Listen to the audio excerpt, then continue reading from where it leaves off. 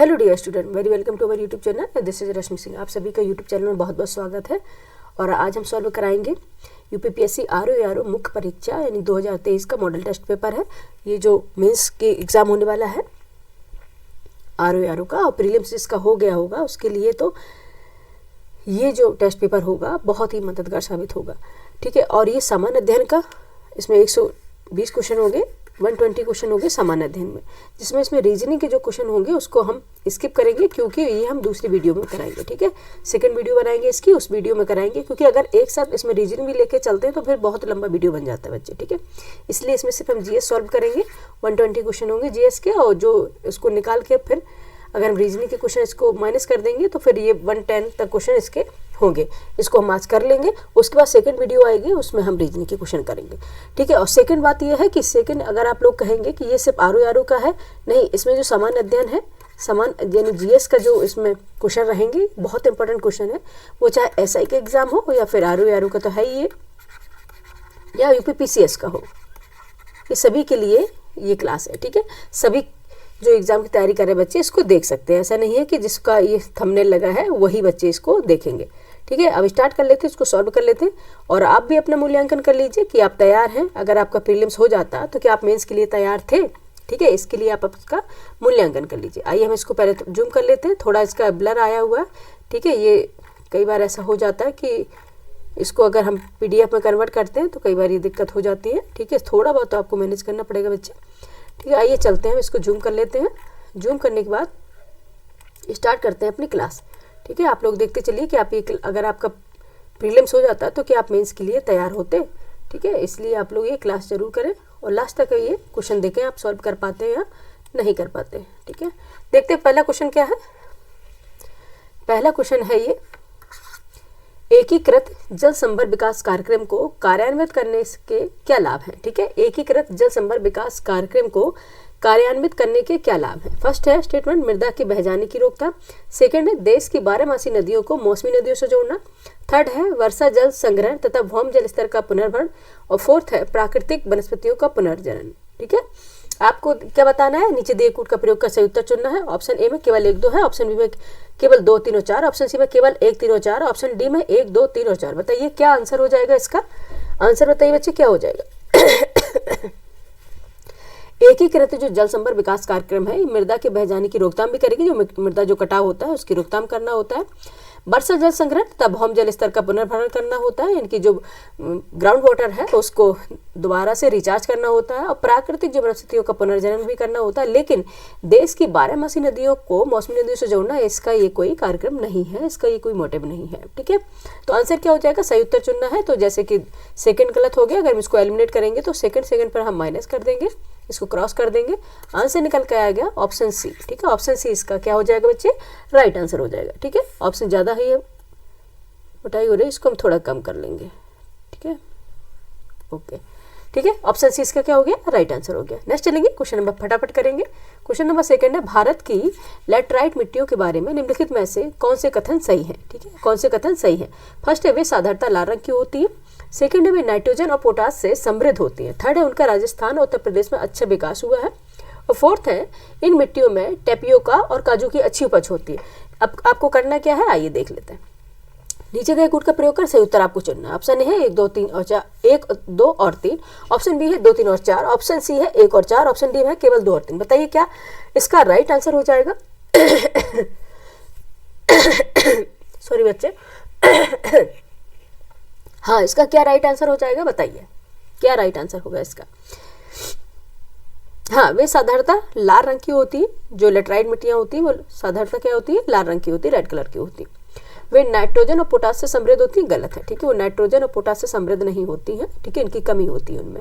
इनका राजस्थान उत्तर प्रदेश में अच्छा विकास हुआ है, ये भी गलत है। ठीक है, ये राजस्थान और उत्तर प्रदेश में नहीं पाई जाती हैं ये मिट्टियाँ। ठीक है, फोर्थ है इन मिट्टियों में टेपियोका और काजू की अच्छी उपज होती है, ये बिल्कुल सही है। ठीक है, इनमें टेपियोका और काजू की अच्छी उपज होती है। ब्रिक्स वाली मिट्टियाँ बोलती हैं, क्योंकि ये बहुत ही हार्ड मिट्टियाँ होती हैं इसमें नाइट्रोजन पोटास नहीं होती है, जहाँ पे वर्षा की मात्रा अधिक होती है वहाँ जो मिनरल्स और खनिज होते हैं वो बह जाते हैं, तो मिट्टी क्या हो जाती है, बहुत ही टाइट और कड़क हो जाती है। ठीक है, इसे क्या बोलते हैं, ईंट से बनाने जो होता है, ईंट वाली मिट्टी इसे बोलते हैं। इससे ईंटें बहुत ज़्यादा ही बनती हैं। ठीक है, जो कि भवन निर्माण के लिए बहुत ही सही रहती हैं। ठीक है, तो आंसर क्या हो जाएगा, ऑप्शन सी राइट आंसर हो जाएगा। ठीक है, ऑप्शन क्या हो जाएगा इसका, सी राइट आंसर हो जाएगा, 1 और 4। ठीक है, नेक्स्ट चलते हैं, क्वेश्चन नंबर है थर्ड।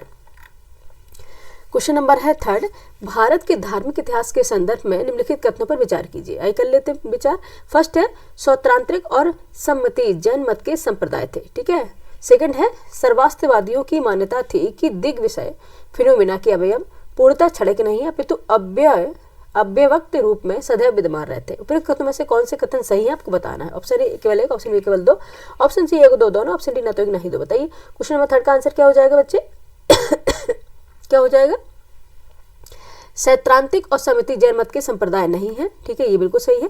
सेकंड है सर्वास्तिवादियों की मान्यता थी कि दिग्विषय यानी कि फिनोमिना के अवयव पूर्णतः क्षणिक नहीं है अपितु अव्यक्त रूप से सदैव विद्यमान रहते हैं। ठीक है, तो आंसर क्या हो जाएगा, ऑप्शन बी इसका राइट आंसर हो जाएगा। क्या हो जाएगा बच्चे, ऑप्शन बी इसका राइट आंसर हो जाएगा। नेक्स्ट चलेंगे क्वेश्चन नंबर 4 पे। क्वेश्चन नंबर 4 हमारा ऋग्वेद कालीन आर्यों और सिंधु घाटी के लोगों की संस्कृति के बीच अंतर के संबंध में निम्नलिखित कथनों में से कौन से सही है। ठीक है, फर्स्ट स्टेटमेंट है ऋग्वेद कालीन आर्य कवच और शिरस्त्राण यानी हेलमेट का उपयोग करते थे, जबकि सिंधु घाटी सभ्यता के लोगों में उनके उपयोग का कोई साक्ष्य नहीं मिला। ये यूपीएससी का क्वेश्चन बच्चे, यूपीएससी में आ चुका है। ठीक है, यूपीएससी में ये क्वेश्चन आया है 2017-18 में अब ये क्वेश्चन आया है। ठीक है, ऋग्वेद कालीन कार ये वाला हो गया। सेकंड स्टेट में है ऋग्वेद कालीन आर्यों को स्वर्ण चांदी और ताम्र का ज्ञान था, जबकि सिंधु घाटी के लोगों को केवल ताम्र और लोहे का ज्ञान था। ठीक है, थर्ड स्टेटमेंट में क्या कहा गया, थर्ड स्टेटमेंट में कहा गया ऋग्वेद कालीन आर्यों ने घोड़े को पालतू बना लिया था, जबकि इस बात का कोई साक्ष्य नहीं है कि सिंधु घाटी के लोग इस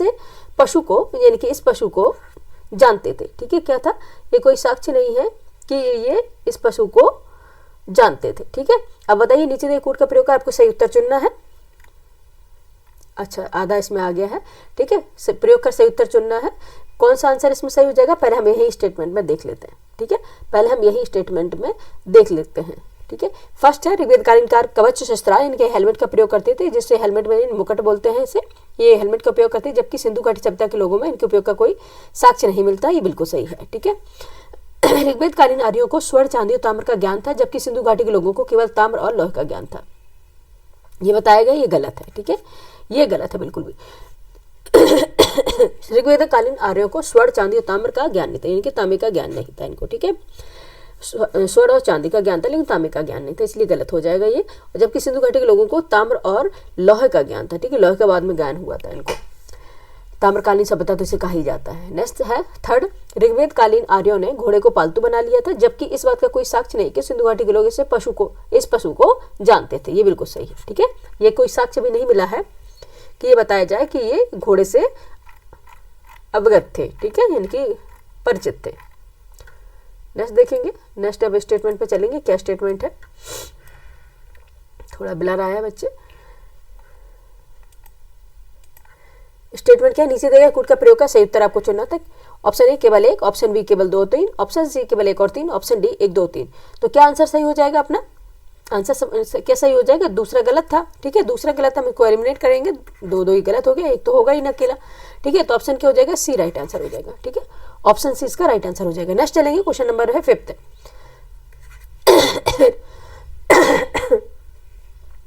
क्वेश्चन नंबर 5th है रेगर मिट्टियां यानी जिसे रेगुर सॉइल भी कहते हैं, रेगर मिट्टी का दूसरा नाम है।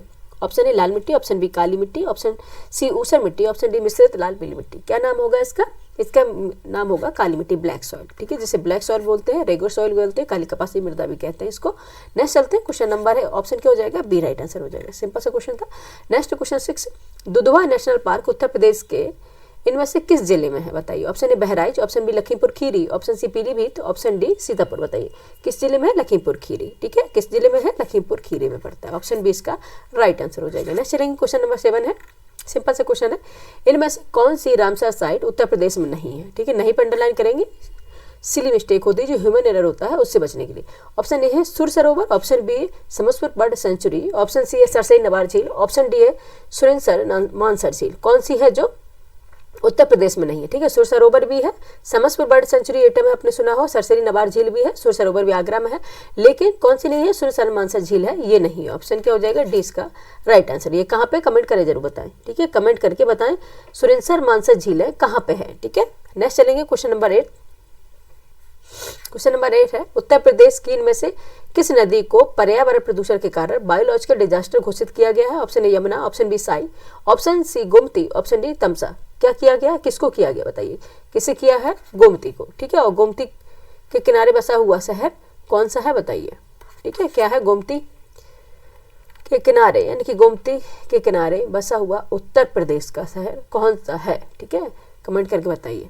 ऑप्शन है, क्वेश्चन नंबर है 9, भारत में काली कपासी मृदा की रचना निम्नलिखित में से किसके अपक्षय से हुई है। किसके अपक्षरण से, यानी कि किसके कटान से या किसके अपक्षय से हुई है, आपको बताना है। ऑप्शन ए भूरी वन मृदा, ऑप्शन बी बिदरी फिशर ज्वालामुखी चट्टान, ऑप्शन सी ग्रेनाइट और शिस्ट, ऑप्शन डी शेल और चूना पत्थर। बताइए, काली कपासी जो मृदा है इसकी रचना किसके अपक्षय से हुई है, ये है भूरी वन मृदा के अपक्षय से हुई है, ठीक है। अगर आपको दे रखा होता है इसमें, अगर क्वेश्चन में दे रखा होता है बेसाल्ट सॉइल, तो बेसाल्ट सॉइल से भी हुई है, ठीक है, पर ग्रेनाइट से नहीं हुई है, बेसाल्ट सॉइल से हुई है, ठीक है। तो ऑप्शन क्या है, भूरी वन मृदा से इसकी अपक्षय से काली मृदा की रचना हुई है, ठीक है। ऑप्शन इसका राइट आंसर हो जाएगा। नेक्स्ट चलेंगे, क्वेश्चन नंबर है 10, करेवा मृतका जो जाफरान केसर का एक स्थानीय प्रकार है, ठीक है, के उत्पादन के लिए उपयोगी है, पाई जाती है, कहाँ पाई जाती है बताइए। ऑप्शन ए कश्मीर हिमालय में, ऑप्शन बी गढ़वाल हिमालय में, ऑप्शन सी नेपाल हिमालय में, ऑप्शन डी पूर्वी हिमालय में। कहाँ पाई जाएगी, ऑब्वियस सी बात है, सबसे ऊंचाई पे कश्मीर हिमालय में पाई जाती है। ऑप्शन ए इसका राइट आंसर हो जाएगा, ठीक है, ऑप्शन ए इसका राइट आंसर हो जाएगा। नेक्स्ट चलेंगे, क्वेश्चन नंबर 11 है, निम्नलिखित में से कौन सी मिट्टी नदियों द्वारा निर्मित है, ठीक है, कौन सी मिट्टी है जो रिवर्स या नदियों के द्वारा बनाई जाती है। ऑप्शन ए लाल मिट्टी, ऑप्शन बी काली मिट्टी, ऑप्शन सी जलोढ़ मिट्टी, ठीक है, एलुवियल सॉइल जिसे बोलते हैं, ऑप्शन डी लेटराइट मिट्टी। कौन सी होगी, कौन सी होगी बताइए, कौन सी होगी, जलोढ़ मृदा, ठीक है, इन्हें जिसे एलुवियल सॉइल भी बोलते हैं, एलुवियल सॉइल भी बोलते हैं, जलोढ़ मृदा, ठीक है। सबसे ज्यादा ये मिट्टी क्या बहा के लाई जाती है, पहाड़ों से, एक मिनट बच्चे, ठीक है, नदियों द्वारा, ठीक है, पहाड़ों से नदियों द्वारा बहा के लाई जाती है और उसके पहाड़ों की तलहटी में जमा कर दी जाती है, ठीक है, इसे बोलते हैं जलोढ़ मृदा। ये किसके द्वारा लाई जाती है, नदियों द्वारा, ठीक है। ऑप्शन सी इसका राइट आंसर हो जाएगा। नेक्स्ट चलेंगे, क्वेश्चन नंबर, ज्यादा एक्सप्लेनेशन नहीं करेंगे, लंबी वीडियो बनेगी क्योंकि 120 क्वेश्चन है इसमें बच्चे, ठीक है। निम्नलिखित युग्मों पर विचार कीजिए, ठीक है, आइए कर लेते विचार। राजा राजवंश, फर्स्ट है नानुक, जयशक्ति, नागभट्ट और भोज, ये किस राजवंश से संबंधित है, इसको सुमेलित कर लेते हैं और फिर कूट के सहायता से आंसर इसका देंगे, ठीक है। आइए कर लेते हैं इसको सुमेलित, ठीक है। निम्नलिखित युग्मों पर विचार कीजिए, राजा और राजवंश उपरोक्त युग्मों में कितने सुमेलित हैं, ठीक है, आपको बताना है कितने सुमेलित हैं। केवल 3 है, केवल 1 युग्म सुमेलित है, केवल 2 युग्म सुमेलित है और केवल सभी 4 युग्म सुमेलित। बताइए क्या है, केवल 3 युग्म इसमें सुमेलित है, ऑप्शन सी इसका। अच्छा, इसको ये बताना था कितने सुमेलित है, ठीक है।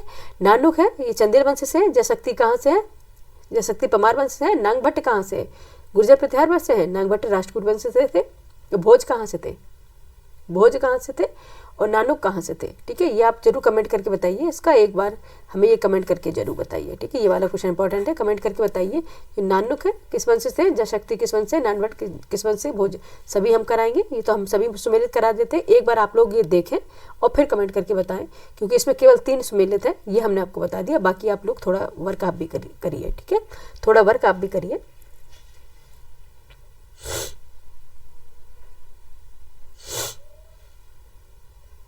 ठीक है, अब चलते हैं क्वेश्चन नंबर 12 हो गए, क्वेश्चन नंबर चलते हैं 13 पर, ठीक है, क्वेश्चन नंबर 13 पे चलते हैं।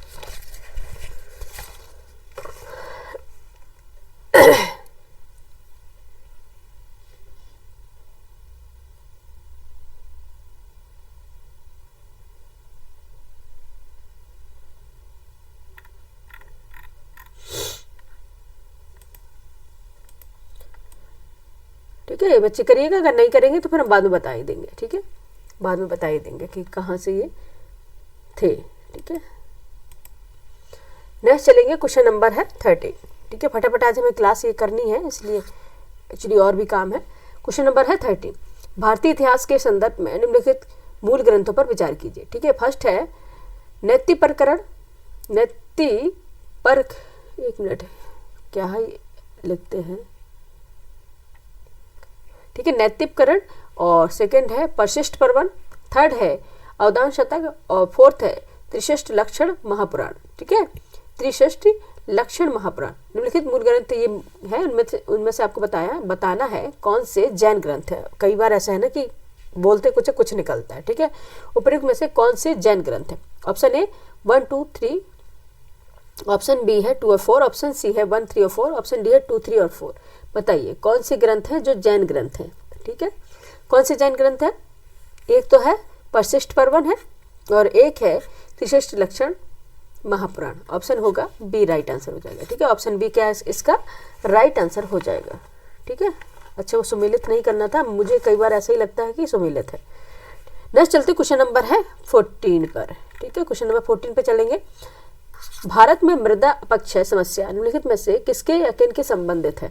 ठीक है, भारत में जो मृदा अपक्षय समस्या है निम्नलिखित में से किससे या किन से संबंधित है आपको बताना। ऑप्शन है वेदिका कृषि, ऑप्शन 2 सेकंड में दिया गया वनान्मूलन, थर्ड स्टेटमेंट में दिया गया उष्णकटिबंधीय जलवायु। अब आपको बताना क्या है, नीचे कूट का प्रयोग का सही उत्तर चुनना है। ऑप्शन ए केवल 1 और 2, ऑप्शन बी केवल 2, ऑप्शन सी केवल 1 और 3, ऑप्शन डी 1 2 3। बताइए क्वेश्चन नंबर 14 का आंसर बताएं फटाफट। भारत में मृदा अपक्षय समस्या निम्नलिखित में से किससे संबंधित है? ठीक है, वेदिका कृषि से संबंधित है, वनोन्मूलन से है, या उष्णकटिबंधीय जलवायु से है? बताइए किससे संबंधित है? ये केवल वनोन्मूलन, जब वन का उन्मूलन करेंगे यानी इन वनों को काटेंगे तो ठीक है मृदा का अपक्षय होगा, ये समस्या इससे संबंधित होगी। ऑप्शन क्या है? B right answer. वेदिका कृषि तो इसके लिए सही होती है, वेदिका या सोपान कृषि जिसे बोलते हैं, ये वनारोपण करना या वनोन्मूलन या वनारोपण से इसको समस्या को सॉल्व किया जा सकता है, और वेदिका कृषि से भी सॉल्व किया जाता है, और उष्णकटिबंधीय जलवायु इसका कोई संबंध नहीं है इससे। ठीक है, ऑप्शन क्या है? बी राइट आंसर है। नेक्स्ट चलेंगे क्वेश्चन नंबर है 15। दुमटी जिसे दोमट बोलते हैं, दुमटी या लोम मिट्टी में से मिट्टी का कौन सा कण मिलता है? ठीक है, आपको बताना है। मिट्टी जो दोमट मिट्टी होती है इसमें मिट्टी में कौन सा कण मिलता है? ऑप्शन ए बालू कण, ऑप्शन बी चिकना कण, ऑप्शन सी पांशु कण, ऑप्शन डी सभी प्रकार के कण इसमें मिलते हैं। 15 का आंसर बताया क्या हो जाएगा? क्योंकि इसमें जो दुमटी मिट्टी होती है जिसे दोमट सॉइल भी कहते हैं, इसमें बालू के कण भी होते हैं, पांच कण भी होते हैं, चिकने कण भी होते हैं मिट्टी के, इसे बोलते हैं सभी प्रकार के इसमें कण पाए जाएंगे। ठीक है, ऑप्शन क्या हो जाएगा? डी राइट आंसर हो जाएगा। 15 का आंसर क्या हो जाएगा? डी राइट आंसर हो जाएगा। नेक्स्ट चलेंगे क्वेश्चन नंबर 16 है। पौधों को सबसे अधिक पानी किस मिट्टी में मिलता है? आपको बताना है पौधों को सबसे अधिक पानी किस मिट्टी में मिलता है। सबसे ज्यादा कौन सी ऐसी मिट्टी है जो वाटर होल्डिंग कैपेसिटी सबसे ज्यादा रखती है, वो कौन सी सॉइल होगी?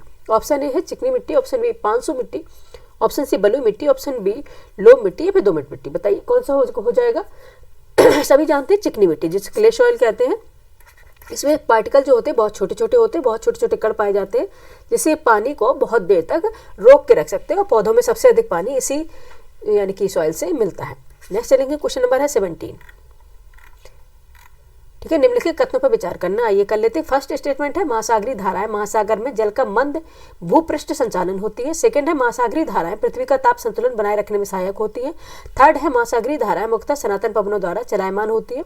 और फोर्थ है महासागरीय धाराएं महासागर संरूपण द्वारा प्रभावित होती है। उपरोक्त कथनों में से कौन से कथन सही है आपको बताना। Option A, option B, option C, option D में से आंसर आपको बताना है कि क्या राइट आंसर हो जाएगा। कौन से कथन सही आपको बताना है। ठीक है, आइए देख लेते हैं। महासागरीय धाराएं महासागर में जल का मंद भूपृष्ठ संचालन होती है। ठीक है, महासागरीय धाराएं जो होती हैं जैसे कि वो सागर के अंदर चलने वाली है एक संक्रीय जल धाराएं होती है। ठीक है, इनका एक जो वाटर होता है एक पर्टिकुलर दिशा में पर्टिकुलर टाइम पर चलने लग जाता है। ठीक है, पर्टिकुलर टाइम पे भी चलता है, यानी कि जल में चलने वाली नदियां होती है। जैसे कि भूपृष्ठ पर चलती है, ये जल में चलती है नदियां। ठीक है, जिसे बोलते हैं महासागरीय धाराएं। ठीक है, जिस तरह से ये अगर ये कोई ओशन हो गया, इसी के अंदर ये जो पानी इसका खास पानी कुछ जाने लग गया, ये भूमध्यसागर की ओर यानी कि भूमध्य रेखा इधर हो गई, ये जाने लगी ध्रुवों की ओर, और यहाँ पे भी ध्रुव होंगे। ठीक है, तो जो ये पानी ये ध्रुवों की ओर जाने लग गया, फिर कई बार वहाँ ध्रुवों से भी पानी यहाँ आता है। ठीक है, ये सागर में ये जो सागर के अंदर ये चलती हैं संक्रीय जलधाराएं होती हैं, इन्हें बोलते हैं महासागरीय जलधाराएं। ठीक है, इन्हें क्या बोलते हैं? महासागरीय जलधाराएं बोलती है। बिल्कुल सही है। सेकंड, महासागरीय धाराएं पृथ्वी का ताप संतुलन बनाए रखने में सहायक होती है। बिल्कुल सही है। अगर ये भूमध्य सागर से जीरो डिग्री इक्वेटर लाइन बोलते हैं इसे। अगर यहाँ से ध्रुव की ओर जाएंगे तो क्या करेंगे, यहाँ जो टेम्परेचर हाई होता है तो यहाँ से गर्म पानी ले जाएंगे, और ध्रुव में क्या होता है, वहाँ पर फ्रिज जॉइन होता है, इनकी वहाँ पर लगातार क्या रहता है, ठंडक रहती है, माइनस पर टेम्परेचर रहता है, हमेशा जमा रहता है वहाँ पर, ठीक है। तो वहाँ का क्या करेंगी, जब ये पानी वहाँ से गर्म पानी वहाँ जाएगा तो वहाँ की जो बर्फ को पिघला देंगी और वहाँ के मौसम को संतुलन करेंगी, ठीक है।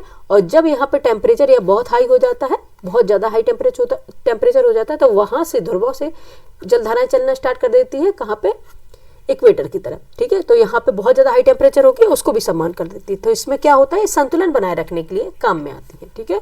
कौन सी, महासागरीय जलधाराएं। कोई भी काम अननेसेसरी नहीं होता है, अगर जो काम हो रहा है, ठीक है, वो किसी न किसी का संतुलन बनाए रखने के लिए ही किया जाता है, ठीक है। जो प्राकृतिक रूप से जो भी काम हो रहा है, प्रकृति जिसको करती है वो संतुलन बनाए रखने के लिए ही करती है, ठीक है। तो ये क्या है, सेकंड भी सही है। थर्ड है, महासागरीय जो धारा है मुख्यतः सनातन पवनों द्वारा चलायमान होती है, बिल्कुल सही है। सनातनी पवनें किन्हें बोलते हैं, इन्हें ग्रही पवनें भी कहते हैं, प्लैनेटरी विंड्स भी कहते हैं, ठीक है। इनका मतलब है कि ये जब से चल रही है, जब से ये प्लैनेट बना हुआ है, ठीक है, जब से ये अर्थ बना हुआ है, जब से ये हवाएं चल रही हैं, जिससे, और ये वेस्टर्लीज विंड भी होती हैं, ईस्टर्लीज विंड भी होती हैं, ठीक है। इनसे ही धकेल कर महासागरीय जलधाराएं एक जगह से दूसरी जगह ले जाई जाती है, ठीक है, क्योंकि इसके भी फोर्स लगता है। नेक्स्ट है, महासागरीय जो धारा है महासागर स्वरूपर द्वारा प्रभावित होती है, ठीक है, ये भी सही है। तो आंसर क्या हो जाएगा, अपना आंसर हो जाएगा D, option D right answer हो जाएगा, ठीक है। ऑप्शन डी इसका राइट आंसर हो जाएगा। नेक्स्ट चलेंगे, क्वेश्चन नंबर 18 है, किस मिट्टी में केशिका यानी कैपिलरी सबसे अधिक प्रभावशाली होती है। ऑप्शन ए चिकनी मिट्टी में, नहीं जैसे बोले क्ले सॉइल, ऑप्शन बी है पांचू मिट्टी में, ऑप्शन सी लोम मिट्टी में, ऑप्शन डी, ये भी दोनों एक बार दे दिया, लोम मिट्टी, जैसे ब्लैक सॉइल, कुछ भी बोल लो, ठीक है। बताइए क्या आंसर हो जाएगा, ठीक है, सबसे ज्यादा ये 2 बार दे दिया, ठीक है, यहाँ पे कुछ और ही रख लो। तो आंसर क्या हो जाएगा, ऑप्शन सी लोम मिट्टी, ठीक है। लोम मिट्टी दुमटी मिट्टी होती है जिसमें कैपिलरी होती है सबसे अधिक प्रभावशाली होती है, ठीक है। ऑप्शन क्या हो जाएगा, सी राइट आंसर हो जाएगा। नेक्स्ट चलेंगे, क्वेश्चन नंबर है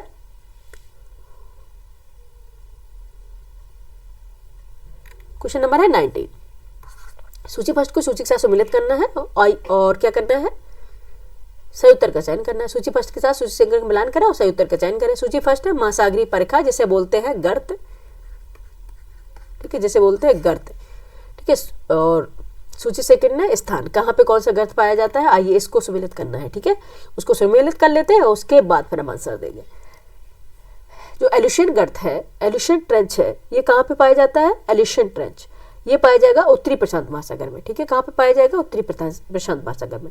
और कर्माटेक जो ट्रेंच है, कर्माटेक जो गर्त है, ये दक्षिण प्रशांत महासागर में पाया जाएगा, ठीक है। और सुंडा तो सभी जानते हैं हिंद महासागर में, ठीक है, ये तो सभी जानते हैं। और जो एस सैंडविच है, ये दक्षिण अटलांटिक महासागर पाया जाएगा। अब इसको सम्मिलित कर लेते हैं, क्या हो जाएगा, फर्स्ट थर्ड, नहीं ये क्या हुआ, 2 हो गया, 2 third first and fourth, 2 3 1 4, 2 3 1 4। Option क्या हो जाएगा इसका, बी राइट आंसर हो जाएगा, ठीक है, बी राइट आंसर हो गया। नेक्स्ट चलेंगे, क्वेश्चन नंबर है,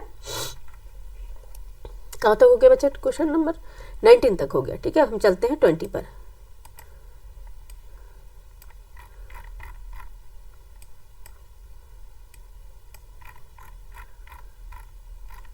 ठीक है, ये क्वेश्चन नंबर है 20।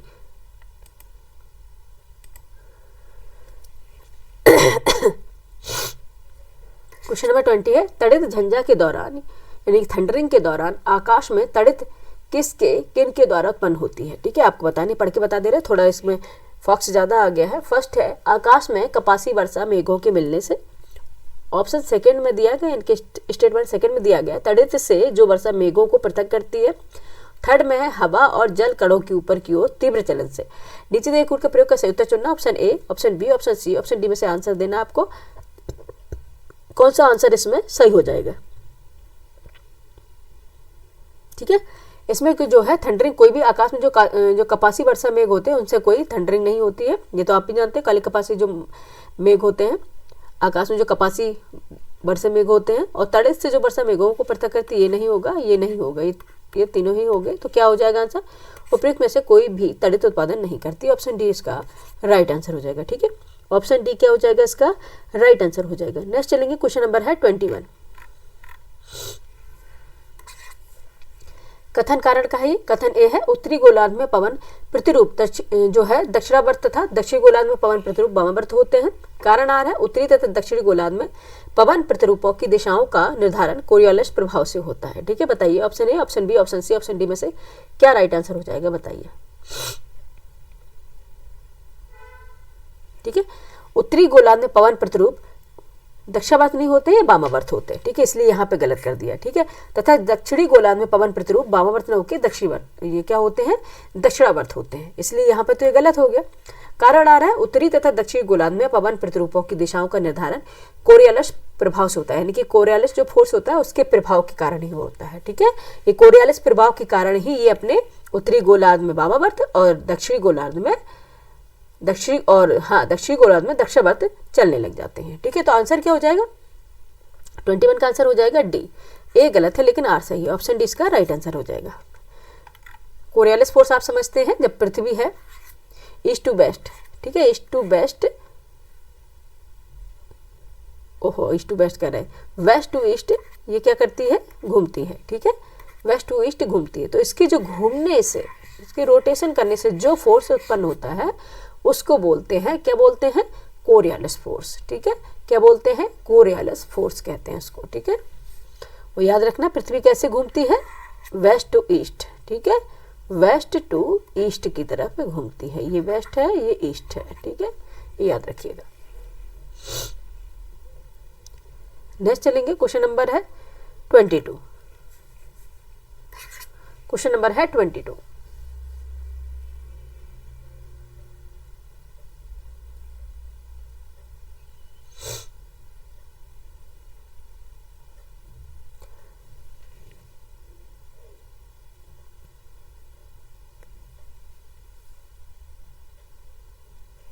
एक मिनट बच्चे, 1 मिनट का ब्रेक लेते भी आते हैं, 1 मिनट का ब्रेक।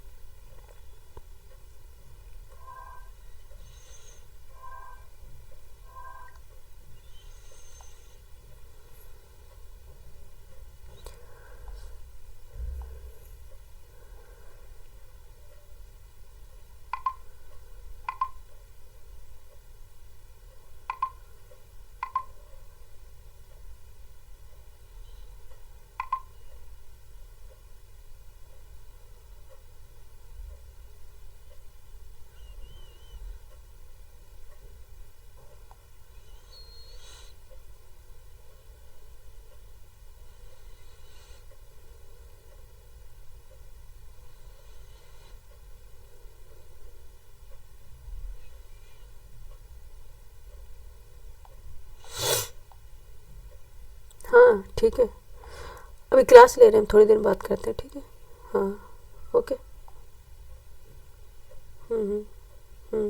ठीक, अच्छा ठीक है बच्चे।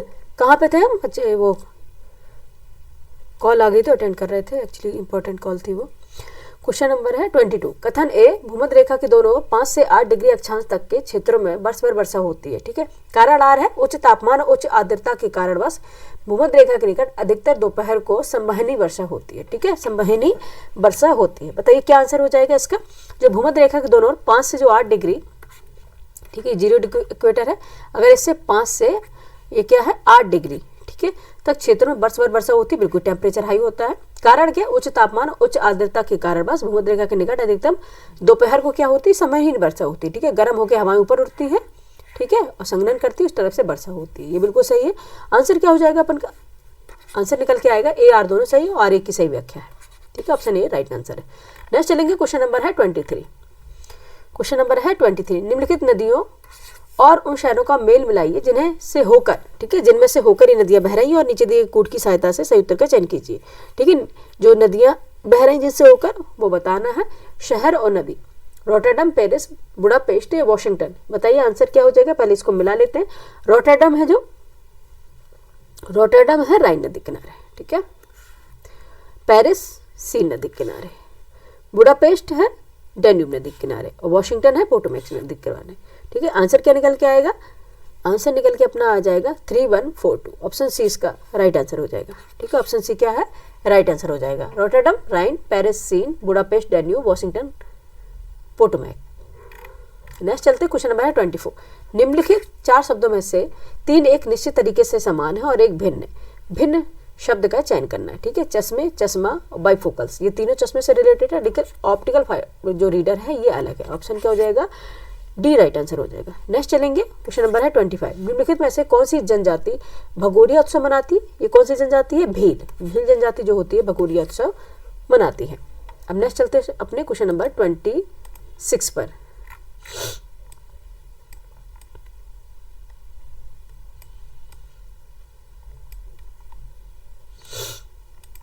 ठीक है, क्वेश्चन नंबर 26 है, ए प्लस बी का अर्थ है ए बी का पिता है। ये सब हम इसको बाद में इसको स्किप कर ले रहे हैं, हम क्रॉस कर ले रहे हैं, ठीक है। ये बाद में हम कराएंगे सारे क्वेश्चन, ठीक है। ये भी निम्नलिखित अक्षर श्रृंखला को पूरा करने के लिए प्रश्न चिन्ह में से किस स्थान पर क्या होना चाहिए, ये भी हम कर लेते हैं। ये सारे क्वेश्चन हम सेकंड जो अपना बनाएंगे वीडियो उसमें कराएंगे। नेक्स्ट क्वेश्चन नंबर है 28, ठीक है। 28, INS सह्याद्री जो हाल ही में खबरों में था, इंडियन नेवी के किस क्लास के वॉरशिप से जुड़ा है? Option A Nilgiri class, option B Shivalik class, option C Talwar class, option D Kolkata class. बताइए कौन सी क्लास से जुड़ा हुआ है ये, ठीक है। कौन सी क्लास से जुड़ा है ये तो आपको बताना चाहिए ना, ये करंट अफेयर का क्वेश्चन है। ये है शिवालिक क्लास, ठीक है। किससे जुड़ा हुआ है? शिवालिक क्लास से। ऑप्शन बी इसका राइट आंसर हो जाएगा। नेक्स्ट चलते हैं, क्वेश्चन नंबर है 29। अक्टूबर 2025 में 10वीं national level pollution response exercise नेट पॉलेक्स एक्स कहाँ हुई थी? Option A Mumbai, Visakhapatnam, option C Kolkata, option D Chennai. कहाँ पे हुई थी? ये हुई थी चेन्नई में, ठीक है। ऑप्शन डी इसका राइट आंसर हो जाएगा, ठीक है। ऑप्शन डी इसका राइट आंसर हो जाएगा। नेक्स्ट चलेंगे, क्वेश्चन नंबर है 30। New strategic arms reduction treaty, new start रूस और किस देश के बीच एक ट्रीटी है? ये United State of America USA, option B चीन, option C India, option D Iran. बताइए किसके मध्य है? ये है United State of America USA के मध्य है, ठीक है। ऑप्शन ए इसका राइट आंसर हो जाएगा। नेक्स्ट चलेंगे, क्वेश्चन नंबर है 31।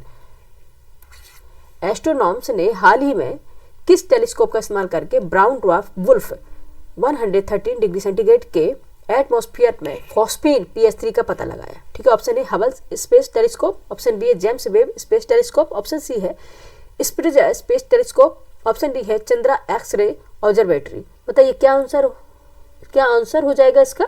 जेम्स वेब स्पेस टेलीस्कोप, ठीक है। कौन सा है? जेम्स वेब स्पेस टेलीस्कोप से इसका पता लगाया है। नेक्स्ट चलिए, क्वेश्चन नंबर है 32। क्वेश्चन नंबर है 32। किस देश ने साउथ ईस्ट एशिया का पहला coral larva cryo bank launch किया है, जो मरीन बायोडाइवर्सिटी को बचाने के लिए एक बड़ा कदम है? ठीक है। ऑप्शन ए चीन, option B Thailand, option D Indonesia, option D Philippines. बताइए कौन सा हो जाएगा? कौन सा हो जाएगा? थाईलैंड। ऑप्शन बी इसका राइट आंसर है। नेक्स्ट चलेंगे, क्वेश्चन नंबर होगा हमारा 33। चिन्हों को क्रमिक रूप से प्रतिस्थापित कर, ये भी उसका है, इसको भी हम करेंगे, इसको सेकेंड उसमें कराएंगे जैसे कि मैंने पहले ही बता दिया है। नेक्स्ट चलेंगे, क्वेश्चन नंबर है 34। लिथोट्रिप्सी यानी लिथोट्रिप्सी क्या है आपको बताना है। लिथोट्रिप्सी क्या है? ऑप्शन ए पत्थर पर लिखने की कला, ऑप्शन बी गुर्दे की पथरी किरणों द्वारा तोड़ना, ऑप्शन सी कार्बन विधि से पत्थरों की आयु ज्ञात करना, ऑप्शन डी है गृह प्रवेश यानी कि गृह प्रवेश नहीं हुआ, गृह प्रयोग के लिए पत्थरों को तराशना। बताइए क्या आंसर हो जाएगा? आंसर हो जाएगा गुर्दे की पथरी किरणों द्वारा तोड़ना, इसे बोलते हैं लिथोट्रिप्सी। क्या बोलते हैं? लिथोट्रिप्सी। ऑप्शन बी इसका राइट आंसर हो जाएगा, ठीक है। गृह प्रयोग के लिए पत्थरों को तराशना नहीं है, ठीक है। क्या है? गुर्दे की पथरी किरणों द्वारा तोड़ना है। कितना हो गया? क्वेश्चन नंबर क्या था? 34 था, ठीक है। 35 पे चलेंगे, क्वेश्चन नंबर हम है चलेंगे किस पे? 35 पर, ठीक है। फटाफट आ गए हम अपने क्वेश्चन पर। क्वेश्चन नंबर है 35। क्या पूछ रहा है देख लेते हैं। दूध पिलाने वाली माँ को प्रतिदिन आहार में कितने ग्राम प्रोटीन की आवश्यकता होती है? ठीक है, बताइए। Option A 30 gram, option B 20 gram, option C 70 gram, option D 100 gram. बताइए कितने ग्राम की प्रोटीन की आवश्यकता होती है जो लैक्टेटिंग जो मिल्क पिलाने वाली जो महिलाएं होती हैं, ठीक है, लैक्टेटिंग जब उनका पीरियड होता है तो उनको कितने ग्राम प्रोटीन की आवश्यकता होती है? ये होती है 100 ग्राम, ठीक है। 100 ग्राम प्रोटीन की उनको नीड होती है। नेक्स्ट चलेंगे, क्वेश्चन नंबर है 36। इनमें से कौन सा अनुच्छेद भारतीय संसद को जातियों, उपजातियों एवं जनजातियों का अनुसूचित जातियों की सूची में शामिल करने या उससे बाहर करने की शक्ति प्रदान करता है? ऑप्शन ए अनुच्छेद 43, ऑप्शन बी अनुच्छेद 341, ऑप्शन सी अनुच्छेद 200, ऑप्शन डी अनुच्छेद 241। क्या हो जाएगा? आर्टिकल 341 में है जनजातियों से संबंधित है ये, ऑप्शन बी राइट आंसर हो जाएगा। ठीक है, सिंपल सा क्वेश्चन था ये। नेक्स्ट चलेंगे, क्वेश्चन नंबर है 37। निम्नलिखित में से कौन सा मानव उत्सर्जन तंत्र का हिस्सा नहीं है? ठीक है, कौन मानव उत्सर्जन तंत्र का हिस्सा नहीं है? ऑप्शन ए है संग्रहण नल का, जिसे कलेक्टिंग डक्ट बोलते हैं। ऑप्शन बी है कोश का गुच्छू। ठीक है, ऑप्शन सी है बोमेंस कैप्सूल। ऑप्शन सी है श्वसनिका। ठीक है, बताइए कौन सा है जो उत्सर्जन तंत्र का हिस्सा नहीं है? कौन सा नहीं है? बोमेन कैप्सूल है, ग्लोमेरुलस है, कलेक्टिंग डक्ट है, लेकिन ब्राउनशल नहीं है। ठीक है, श्वसनिका नहीं है। ऑप्शन डी है राइट आंसर हो जाएगा। ठीक है, ऑप्शन डी इसका राइट आंसर हो जाएगा। ठीक है, अगर कोई इसमें मिस्टेक हो बच्चे तो देखिएगा, क्योंकि हम बायो ग्रुप से नहीं है, क्योंकि हम मैथ्स ग्रुप से हैं, नहीं पता है इसको श्वसनिका या ब्राउनशल जो भी होता है इसको बोलते हैं, ये इसका हिस्सा नहीं होता है। इतना तो पता है कि ये इसका हिस्सा नहीं होता है। ठीक है, आप लोग जो बायोलॉजी पढ़े होंगे वो तो अच्छे से समझ ही गए होंगे। ठीक है, ऑप्शन क्या हो जाएगा? डी राइट आंसर हो जाएगा। नेक्स्ट चलेंगे, क्वेश्चन नंबर है 38। किसी निश्चित कोड भाषा में, ये भी हम स्किप करेंगे, इसको हम बाद में कराएंगे। ठीक है, जितने भी रीजनिंग और मैथ्स के क्वेश्चन हैं इसको हम बाद में लेंगे बच्चे। ठीक है, इसमें इसलिए हम स्टार लगा दे रहे हैं, बाद में हम लेंगे। नेक्स्ट चलते क्वेश्चन नंबर है 39। कलकत्ता स्टूडेंट एसोसिएशन की स्थापना किसने की थी? Option A Shishir Kumar Ghosh, option B Dwarkanath Tagore, option C Anand Mohan Bose, option D Surendra Banerjee. किसने की थी बताइए?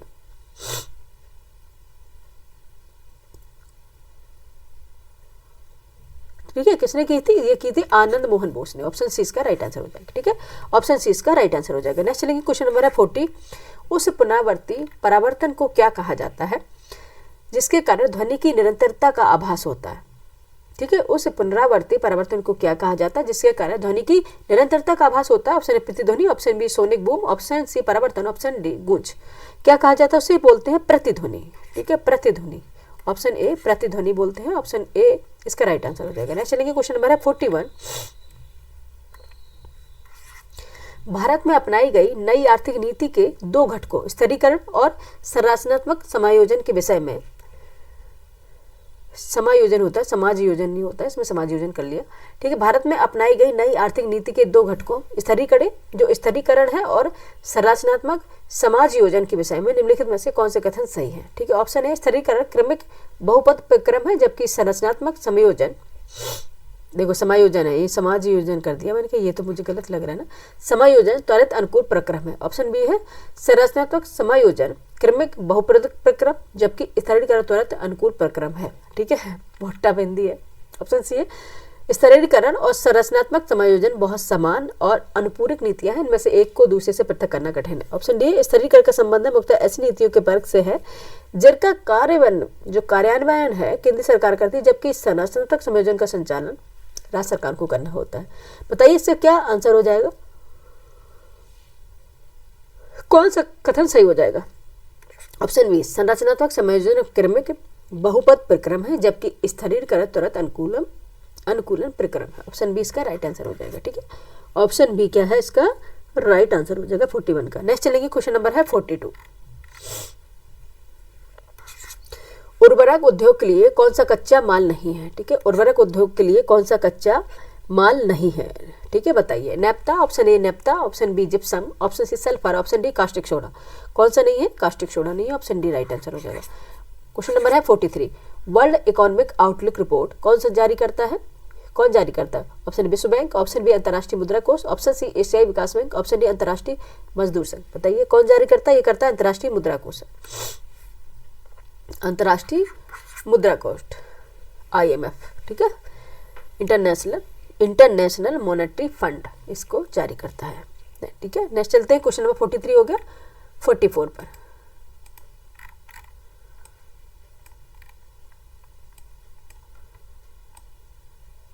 क्वेश्चन नंबर आ गया 44।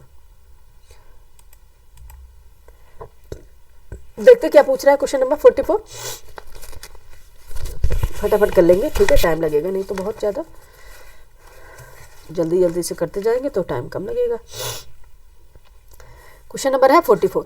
भारतीय अर्थव्यवस्था के संदर्भ में मांग प्रेरित मुद्रास्फीति या उससे वृद्धि निम्नलिखित किन कारणों से होती है? ठीक है, मांग प्रेरित जो होती है डिमांड इन्फ्लेशन होता है ना, मुद्रास्फीति, इनमें से वृद्धि निम्नलिखित से किन कारणों से होती है? ऑप्शन फर्स्ट स्टेटमेंट में दिया गया है विस्तारकारी नीतियां, सेकंड में दिया है राजकोषीय प्रोत्साहन, थर्ड में दिया गया मुद्रास्फीति सूचकांक मजदूरी यानी कि inflation index business wages, business नहीं वेजेस, ठीक है, वेजेस, ठीक है, ये होता है। फोर्थ है उच्च क्रय शक्ति और फिफ्थ है बढ़ती ब्याज दर। नीचे दिए कूट का प्रयोग का सही उत्तर आपको चुनना है। क्या हो जाएगा इसका? Option A, option B, option C, option D में से राइट आंसर देना है।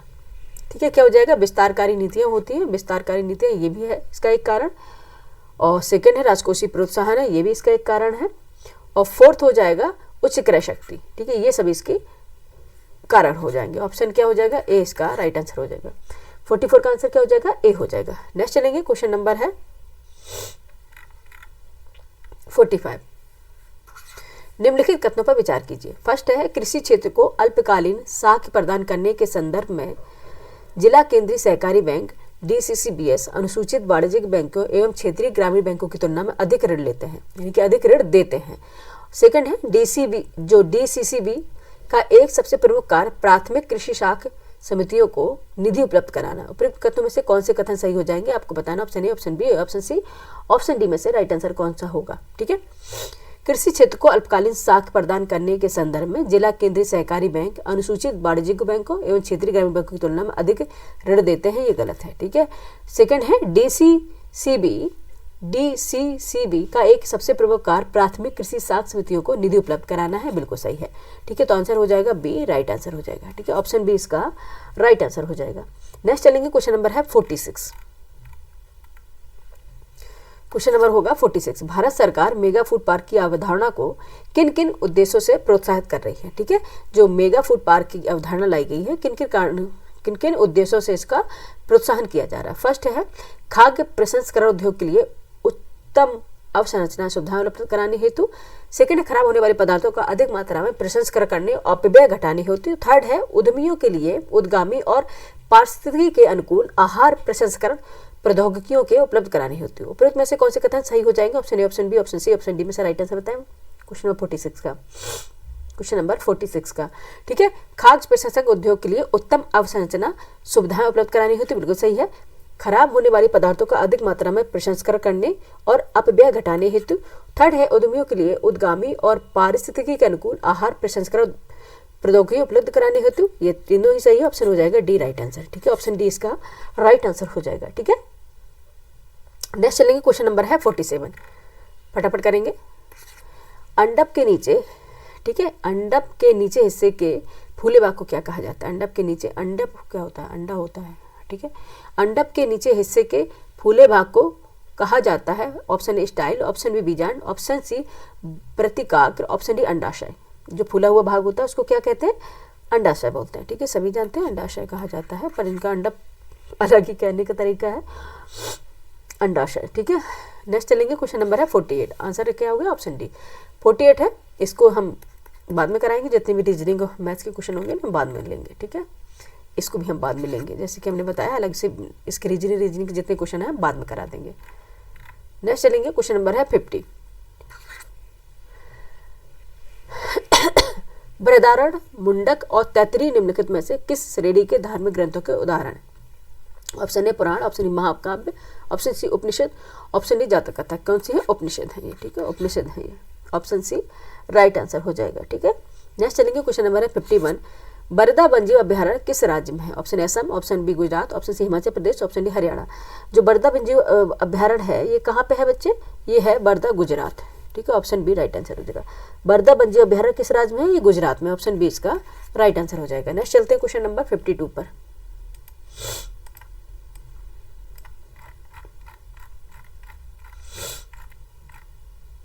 ठीक है, क्वेश्चन नंबर है 52। इंडिया का पहला एनिमल बर्थ कंट्रोल, ठीक है, इंडिया का पहला animal birth control ABC training centre कहाँ बनाया गया था? Option A Orissa, option B Uttar Pradesh, option C Jharkhand, option D Bihar. बताइए कहाँ बनाया गया था?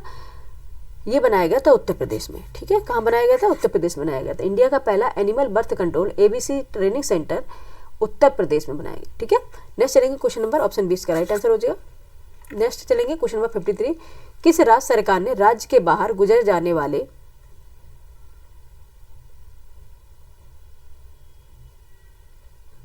ठीक है, किस राज्य सरकार ने राज्य के बाहर गुजर जाने वाले लोगों के ट्रांसपोर्ट के लिए श्रद्धांजलि स्कीम शुरू की है? ठीक है, option A Assam, option B Sikkim, option C Arunachal Pradesh, option D Nagpur. बताइए किसने की है? असम ने की है। ठीक है, ऑप्शन ए राइट आंसर हो जाएगा। नेक्स्ट चलेंगे, क्वेश्चन नंबर है 54। फेदोमीटर का उपयोग किसे नापने में किया जाता है? ऑप्शन ए भूकंप, ऑप्शन बी वर्षा, ऑप्शन सी समुद्र की गहराई, ऑप्शन ए ध्वनि तीव्रता। किसको मापने के लिए किया जाता है? समुद्र की गहराई। ठीक है, ऑप्शन सी इसका राइट आंसर हो जाएगा। नेक्स्ट चलेंगे, क्वेश्चन नंबर 55। जेनेटिक कोड की विशिष्ट विशेषताएं हैं, क्या है? फर्स्ट है, यह प्रायः सार्वत्रिक होता है। अब सेकेंड स्टेटमेंट है, यह 3 न्यूक्लियोटाइड क्षारकों का बना होता है जो 20 एमिनो अम्लों के संगत होते हैं। ठीक है, थर्ड है, यह अनंत व्ययी, ठीक है, यह अनंत व्यापी, गैर अस्पष्ट एवं कोमोर है। एक मिनट देखेंगे इसको, यहाँ पर हमें स्पष्ट दिखाई देगा। यह अनंत व्यापी, गैर अस्पष्ट एवं कोमा रहित होता है। ठीक है, और फोर्थ है, इसमें एक प्रारंभन एवं एक समापन कोड होता है। ठीक है, समापन कोडान होता है। ये बताना है आपको इनमें से कौन से कथन सही है। ठीक है, यह प्रायः सार्वत्रिक होता है। यह 3 न्यूक्लियोटाइड क्षारकों का बना होता है जो 20 अमीनो अम्ल की संगत से होते हैं। यह अनंत व्यापी, गैर अस्पष्ट एवं कुमरहित होता है। और फोर्थ है, इनमें से एक प्रारंभन एवं एक समापन कोडान होता है। इनमें से कौन से कथन सही होंगे आपको बताना है। सभी सही है, उपयुक्त सभी। ठीक है, डी राइट आंसर हो जाएगा। ठीक है, सभी सही है इसमें। ठीक है, सभी सही है। नेक्स्ट चलेंगे, क्वेश्चन नंबर है 56। निम्न में से किसे प्रेस का मुक्तिदाता कहा जाता है? Option A Lord Auckland, option B Sir Charles Metcalfe, option C Lord Lytton, option D Lord Ripon. ये तो पढ़ के आप लोग को तो समझ पहले ही याद हो गया होगा कौन से? Metcalfe. Option B right answer है। ठीक है, सर चार्ल्स मेटकॉफ। नेक्स्ट चलेंगे, क्वेश्चन नंबर 57। निम्नलिखित में से किस समिति का संबंध निर्धनता रेखा के निर्धारण से संबंधित है? ऑप्शन ए लकड़वाला समिति, ऑप्शन बी डॉक्टर वाई के अलग समिति, ऑप्शन सी सुरेश तेंदुलकर समिति, ऑप्शन डी उपरोक्त सभी। बताइए कौन क्योंकि सभी समितियां ये हैं निर्धनता रेखा के निर्धारण से है, तो क्या हो जाएगा? ऑप्शन डी इसका राइट आंसर हो जाएगा। ठीक है, ऑप्शन डी इसका उपरोक्त सभी। ठीक है, नेक्स्ट चलेंगे, क्वेश्चन नंबर 58। भारतीय राष्ट्रीय कांग्रेस के अधिवेशन में भारतीय राष्ट्रगान पहली बार किस वर्ष गाया गया था? Option A 1911, option B 1909, option C 1910, option D है 1912। ठीक है, बताइए 1911 में, 1909 में, 1910 में या फिर 1912 में कब गाया गया था? ये सभी जानते हैं किस अधिवेशन में गाया था? 1911 में गाया गया था। ऑप्शन ए राइट आंसर हो जाएगा। ठीक है, नेक्स्ट चलेंगे, क्वेश्चन नंबर है 59। ठीक है, इसको हम रीजनिंग का क्वेश्चन है, इसको भी हम करेंगे, इसको हम बाद में कराते हैं सब। ठीक है, जितने रीजनिंग क्वेश्चन है स्टार लगा दिए, इसका दूसरा हम सेकेंड पार्ट ले लेंगे और उसमें करवा देंगे। ठीक है, नेक्स्ट चलेंगे, क्वेश्चन नंबर है 60। अहमदिया आंदोलन की शुरुआत किस वर्ष हुई थी? ऑप्शन ए 1866 में, ऑप्शन बी 1875 में, ऑप्शन सी 1889 में, ऑप्शन सी 1890 में। बताइए कब हुई थी अहमदिया आंदोलन की शुरुआत? ये हुई थी 1889 में। ठीक है, ऑप्शन सी इसका राइट आंसर हो जाएगा। नेक्स्ट चलेंगे, क्वेश्चन नंबर है 61। सही कथन का चयन करें। ठीक है, ऑप्शन ए है पूर्वी घाट की सबसे ऊंची चोटी धूपगढ़ है, ऑप्शन बी सतपुड़ा पर्वत श्रेणी की सबसे ऊंची चोटी महेंद्रगिरी पर्वत है, ऑप्शन सी भारतीय हिमालय की सबसे ऊंची चोटी पंचाचूली है, ये तो कौन जानता है, ऑप्शन डी सतपुड़ा पर्वत श्रेणी की सबसे ऊंची चोटी धूपगढ़ है। बताइए कौन सा कथन सही है? कौन सा कथन सही है? सभी जानते हैं कि सतपुड़ा पर्वत श्रेणी की सबसे ऊंची चोटी कौन सी है? धूपगढ़ है। ऑप्शन डी इसका राइट आंसर है। और तो सारे गलत है। ठीक है, और तो सारे गलत है। नेक्स्ट चलेंगे, क्वेश्चन नंबर 61 हो गया। नेक्स्ट चलेंगे क्वेश्चन नंबर 62 पर।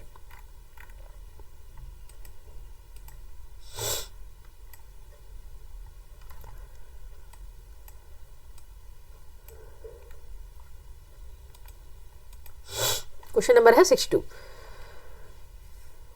भारत सरकार द्वारा किस वर्ष को आधिकारिक तौर पर प्रोजेक्ट टाइगर के 50वें वर्ष के रूप में चिन्हित किया गया है? ऑप्शन ए वर्ष 2022 को, ऑप्शन बी वर्ष 2023 को, ऑप्शन सी वर्ष 2024 को, ऑप्शन डी वर्ष 2025 को। किसको चिन्हित किया गया है? बताइए फटाफट बताएं। ठीक है, ये किया गया है वर्ष 2023 को। ठीक है, वर्ष 2023 को चिन्हित किया गया है प्रोजेक्ट टाइगर के 50वें वर्ष के रूप में। ठीक है, नेक्स्ट चलेंगे, क्वेश्चन नंबर है 63। निम्नलिखित में से कौन सा उपवाक्य उत्तर हर्षकालीन स्रोतों के प्राह उल्लिखित हुंडी के स्वरूप में परिभाषित बताता है? ठीक है, उल्लिखित हुंडी के स्वरूप की परिभाषा बताता है। बताइए ऑप्शन ए राजा द्वारा अपने अधीक्षकों को दिया गया परामर्श, ऑप्शन बी है प्रतिदिन का लेखा जोखा अंकित करने वाली बही, ऑप्शन सी विनिमय पत्र, ऑप्शन डी सामंत द्वारा अपने अधीनस्थ को दिया गया आदेश। कौन सा होता है? विनिमय पत्र होता है। ठीक है, विनिमय पत्र होता है। ऑप्शन सी राइट आंसर हो जाएगा। ठीक है, उत्तर हर्षकालीन स्रोतों में प्राह उल्लिखित हुंडी के स्वरूप की परिभाषा बताता है विनिमय पत्र। ठीक है, ऑप्शन सी राइट आंसर हो जाएगा। नेक्स्ट चलेंगे क्वेश्चन नंबर है 64। निम्नलिखित पर विचार करना, ये कर लेते हैं। फर्स्ट है बुद्ध में देवतारोपण, ठीक है, बुद्ध में देवत्वारोपण। ऑप्शन सेकंड में दिया गया है, स्टेटमेंट सेकंड में दिया गया है बोधिसत्व के पथ पर चलना। थर्ड में दिया गया है मूर्ति उपासना तथा अनुष्ठान। उपरोक्त में से कौन सी विशेषताएं, ये विशेषता महायान बौद्ध यानी महायान या बौद्ध मत की है। ऑप्शन ए केवल एक, ऑप्शन बी है केवल एक और दो, और ऑप्शन सी है केवल 2 और 3, ऑप्शन डी है 1 2 3। बताइए क्या आंसर हो जाएगा, फटाफट बताएं, फटाफट बताएं, ठीक है, क्या आंसर हो जाएगा। ठीक है, ये सभी हैं। बुद्ध में देवत्वारोपण है, बोधिसत्व के पथ पर चलना, मूर्ति उपासना तथा अनुष्ठान है, ये डी ऑप्शन हो जाएगा इसका। ठीक है, ऑप्शन डी इसका राइट आंसर हो जाएगा। नेक्स्ट चलेंगे क्वेश्चन नंबर है 65। क्वेश्चन नंबर है 65। निम्नलिखित युगों पर विचार करना है, आइए कर लेते विचार। निम्नलिखित युगों पर विचार करना है, आइए कर लेते विचार। मध्यकालीन भारतीय राज्य और वर्तमान क्षेत्र हैं, ठीक है, चंपक, दुर्गम, कलूद। उपयुक्त में से कौन सी सही सुमेलित है, उपयुक्त युग में से कौन से सही सुमेलित हैं। ऑप्शन ए 1 और 2, option B 2, option C, option D में से आंसर बताइए। 65 में आंसर बताएं कौन सा हो जाएगा, कौन सा सही है। केवल 2 सुमेलित है, कौन सा, दुर्गर और जम्मू, ठीक है, दुर्गर जम्मू। भारतीय राज्य, मध्य भारतीय राज्य थे, वर्तमान क्षेत्र है। चंपक मध्य भारत नहीं है, दुर्गर जम्मू है, कुलूत मलावन नहीं है, ठीक है, ऑप्शन क्या हो जाएगा, बी राइट आंसर हो जाएगा इसका। नेक्स्ट चलेंगे क्वेश्चन नंबर है 66। निम्नलिखित कथनों पर विचार करना है, आइए कर लेते हैं विचार। फर्स्ट है बीजक संत दादू दयाल के उपदेशों का एक संकलन है। सेकंड है पुष्टि मार्ग के दर्शन को मध्वाचार्य ने यानी कि मध्वाचार्य ने प्रतिपादन किया है। उपयुक्त कथनों में से कौन सा कथन सही आपको बताना है। Option A, option B, option C, option D में से आंसर आपको ड्राइव करना है, क्या हो जाएगा, ना तो एक ना ही दो, ठीक है, ना तो एक ना ही दो, ठीक है। बीजक जो संत है दादू दयाल के उपदेशों का संकलन है, क्या बीजक तो सभी जानते हैं किसका है, बताओ बीजक किसका है, अभी जस्ट क्वेश्चन पूछा गया था, ठीक है। कबीर, दादू दयाल कहाँ से आ जाएंगे। पुष्टि मार्ग के दर्शन को मध्वाचार्य ने प्रतिपादन किया, नहीं है, पुष्टि मार्ग को इसको भी नहीं प्रतिपादन किया, ये दोनों ही गलत है। ऑप्शन क्या हो जाएगा, डी, ना तो एक ना ही दो। ऑप्शन चलेंगे 67। प्राचीन कालीन भारत में हुई वैज्ञानिक प्रगति के संदर्भ में निम्नलिखित में से कौन से कथन सही है। फर्स्ट है प्रथम शती ईस्वी में विभिन्न प्रकार के विशिष्ट शल्य औजारों का उपयोग आम था। सेकंड है तीसरी शती ईस्वी के आरंभ में मानव शरीर के आंतरिक अंगों का प्रत्यारोपण शुरू हो गया था। और थर्ड में है 5वीं शती ईस्वी में कोण के ज्या का सिद्धांत ज्ञात था। और फोर्थ में है 7वीं शती ईस्वी में चक्री चतुर्भुज का सिद्धांत ज्ञात था। निम्नलिखित में से के आधार पर सही उत्तर आपको चुनने हैं, क्या राइट आंसर हो जाएगा, ठीक है। प्रथम शती ईस्वी में विभिन्न प्रकार के विशेष शल्य औजारों का उपयोग आम हो गया था। और थर्ड है 5वीं शती ईस्वी में कोण के ज्या का सिद्धांत था। और 7वीं शती ईस्वी में चक्री चतुर्भुज का सिद्धांत था। लेकिन ये तीसरी शती ईस्वी के आरंभ में मानव शरीर के आंतरिक अंगों का प्रत्यारोपण शुरू हो चुका था, ये गलत है, ठीक है, ऐसा कोई नहीं हुआ अभी तक, तो होने में बहुत प्रॉब्लम्स का सामना करना पड़ रहा है, तो तब तो बात अलग ही थी। आंसर क्या हो जाएगा, 1, 3 और 4, ऑप्शन सी इसका राइट आंसर हो जाएगा। नेक्स्ट चलेंगे क्वेश्चन नंबर है 68। राज्यसभा के संबंध में निम्नलिखित कथनों पर विचार करना है, ये कर लेते हैं विचार। फर्स्ट है यह भंग नहीं की जा सकती। सेकंड, इसका कार्यकाल 5 वर्ष का होता है, गलत हो जाएगा, ठीक है, ये तो सही होगा। प्रत्येक 2 वर्ष बाद इसके 1/3 सदस्यों का कार्यकाल समाप्त हो जाता है, ठीक है, प्रत्येक 2 वर्ष बाद इसके 1/3 सदस्यों का कार्यकाल समाप्त हो जाता है, ये भी सही है, ठीक है। आंसर क्या हो जाएगा, फर्स्ट एंड थर्ड, ठीक है, फर्स्ट एंड थर्ड आंसर होगा, ठीक है, फर्स्ट एंड थर्ड। अभी चलते हैं इसके उस पे ऑप्शन पे, ठीक है, ऑप्शन पे चल जाते हैं।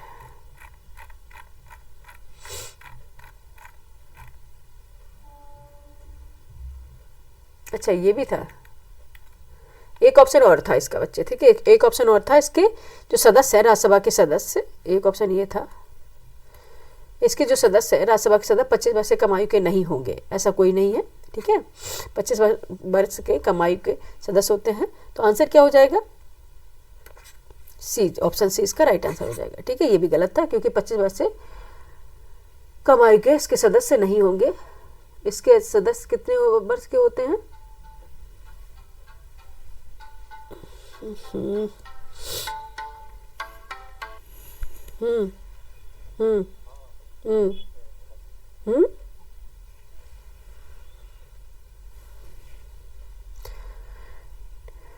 ठीक है।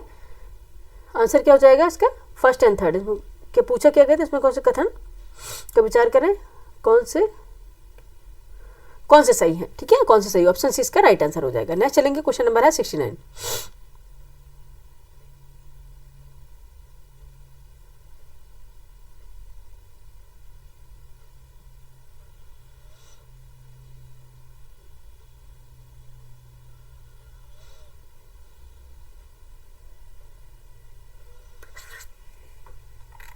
ठीक है। नेक्स्ट है 69, स्वर्ण सिंह समिति ने सिफारिश की थी। फर्स्ट है ऑप्शन ए राज्य स्तरीय चुनाव आयोग का गठन, ऑप्शन बी पंचायती राज सुधार, ऑप्शन सी है भारतीय संविधान में मौलिक कर्तव्यों का समावेश, ऑप्शन डी हिमालयी और प्रायद्वीपीय नदियों को आपस में जोड़ना। बताइए क्या था 69 का आंसर बताएं। इन्होंने किया था भारतीय संविधान में मौलिक कर्तव्यों का समावेश। ठीक है, स्वर्ण सिंह समिति सभी जानते हैं। ऑप्शन सी इसका राइट आंसर हो जाएगा, ऑप्शन सी इसका राइट आंसर हो जाएगा। ठीक है, नेक्स्ट चलेंगे, क्वेश्चन नंबर है 70। भारत के संविधान के उद्देश्य का प्रस्तावना के बारे में निम्नलिखित में से कौन से कथन सही है, आपको बताना है। ऑप्शन ए उद्देश्य का स्वयं न्यायालय में प्रवर्तनीय नहीं है, उद्देश्य का स्वयं न्यायालय में प्रवर्तनीय नहीं है। ऑप्शन बी उद्देश्य का उन उद्देश्यों को बताती है जिन्हें संविधान स्थापित करना और आगे बढ़ाना चाहता है। सी है उद्देश्य का उस स्रोत को इंगित करती है जहां से संविधान अपना प्राधिकार प्राप्त करता है। नीचे दिए गए कूट का प्रयोग कर सही उत्तर आपको चुनना, option A, option B, option C, option D में से क्या राइट आंसर हो जाएगा बताएं। ठीक है, क्या राइट आंसर हो जाएगा बताएं। ठीक है, आंसर क्या हो जाएगा इसका, ऑप्शन ए और बी और सी। ठीक है, ए भी सही है, बिल्कुल प्रवर्तनीय नहीं, इसके उद्देश्य का स्वयं न्यायालय में प्रवर्तनीय नहीं है, इसके लिए हम न्यायालय नहीं जा सकते। उद्देश्य का उन उद्देश्यों को बताती है जो संविधान में स्थापित है और आगे करना भी चाहते हैं, ये भी सही है। उद्देश्य का उस स्रोत को इंगित करती है जहां से संविधान अपना प्राधिकार प्राप्त करता है, ये भी सही है। तो ऑप्शन ए इसका राइट आंसर हो जाएगा। नेक्स्ट चलेंगे, क्वेश्चन नंबर है 71। लोकतंत्र के बारे में निम्न कथनों पर विचार करना है। ठीक है, ऑप्शन ए इनमें से लोगों द्वारा निर्वाचित सरकार का गठन होता है। ऑप्शन बी लोकतंत्र में वर्तमान में सत्तासीन लोगों के हारने की संभावना काफी होती है। ऑप्शन सी प्रत्येक मत का मूल्य एक ही होता है। उपयुक्त में से कौन से कथन में से सही है आपको बताना है 71 का। ठीक है, क्या हो जाएगा, ठीक है, कौन सा कथन सही हो जाएगा। इसमें लोगों द्वारा निर्वाचित सरकार का गठन होता है। लोकतंत्र में वर्तमान में सत्तासीन लोगों के हारने की संभावना काफी होती है।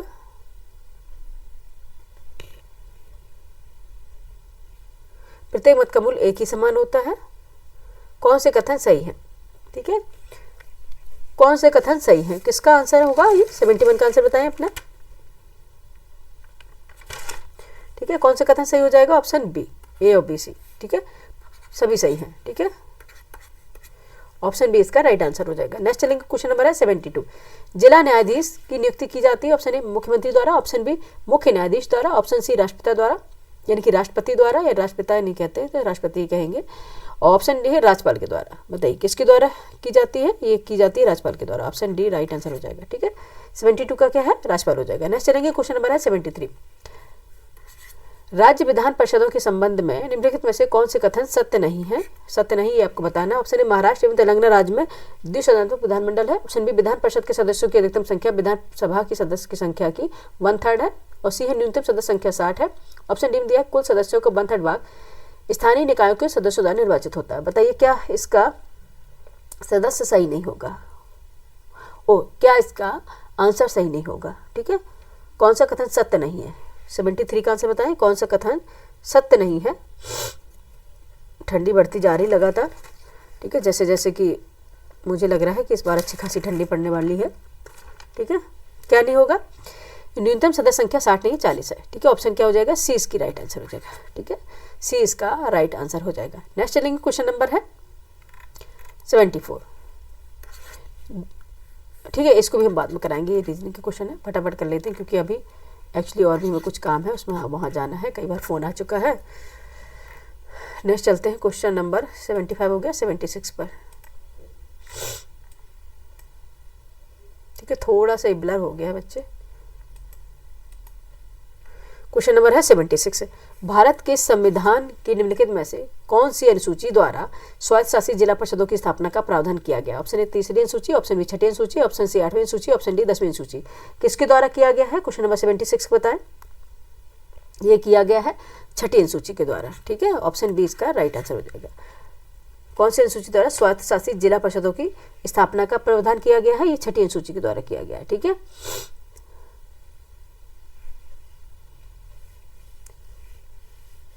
ठीक है, नेक्स्ट चलेंगे, क्वेश्चन नंबर है 77।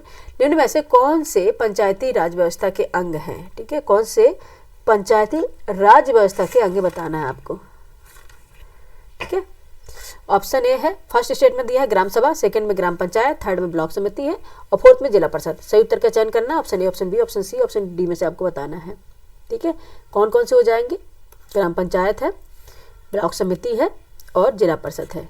ठीक है, निम्न से कौन से पंचायती राज व्यवस्था के अंग है? कौन कौन से हैं? ग्राम पंचायत है, ब्लॉक समिति है और जिला परिषद है।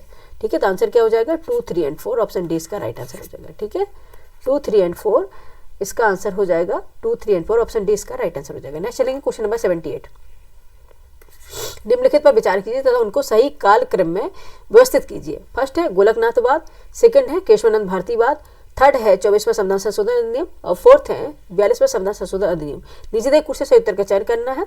आपको इसको अरेंज करना है सही कार्यक्रम में, इनके क्रोनोलॉजिकल ऑर्डर में अरेंज करना है। क्या हो जाएगा? ठीक है,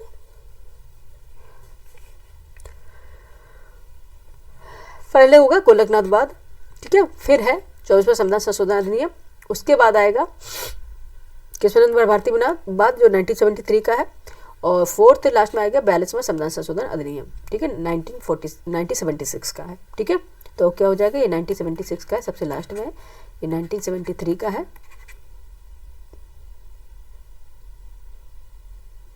ठीक है, और ये शायद गोलकनाथवाद 1966 का है, और 24वां संविधान संशोधन तो आप जानती हैं। ऑप्शन क्या हो जाएगा? 1952 का आंसर क्या हो जाएगा? Option A. ठीक है, ऑप्शन ए इसका राइट आंसर हो जाएगा। फटाफट करेंगे बच्चे, ऑप्शन ए इसका राइट आंसर हो जाएगा। नेक्स्ट चलेंगे क्वेश्चन नंबर है 79। निम्नलिखित वक्त तथ्यों पर विचार कीजिए और नीचे दिए कुछ से सही उत्तर चुनना है। कथन ए है और कथन आर। भारत में लिखित संविधान है, कारण आर है इसका कि शक्तिशाली क्षेत्रीय दलों का विकास क्षेत्रीय आकांक्षाओं का संकेतक है। कूट का प्रयोग करके आपको बताना है option A, option B, option C, option D में से क्या राइट आंसर हो जाएगा। ठीक है, दोनों बात सही है। ठीक है, लेकिन क्या है? ए आर दोनों सही, पर तुम्हारी का सही स्पष्टीकरण नहीं। ऑप्शन बी इसका राइट आंसर है। ठीक है, ऑप्शन बी इसका राइट आंसर हो जाएगा। नेक्स्ट चलेंगे क्वेश्चन नंबर 80 है। भारतीय संविधान के निर्माण से संबंधित कथनों में से कौन से सही है? भारतीय संविधान के निर्माण से संबंधित निम्नलिखित कथनों में से कौन सही होंगे? फर्स्ट है पंडित जवाहरलाल नेहरू के उद्देश्य प्रस्ताव का जो संविधान सभा द्वारा स्वीकार किया गया था संविधान के निर्माण पर असर था। सेकंड है उद्देश्य का बहुत महत्वपूर्ण उद्देश्यों की पूर्ति करती है। थर्ड है संविधान को भारत के लोगों ने आदेशित किया था। और फोर्थ है राज्य के मुखिया को लोग प्रत्यक्ष रूप से निर्वाचित करते हैं। ठीक है, नीचे दिए कूट का प्रयोग का सही उत्तर आपको चुनना है। ठीक है, ऑप्शन बताना क्या सही हो जाएंगे।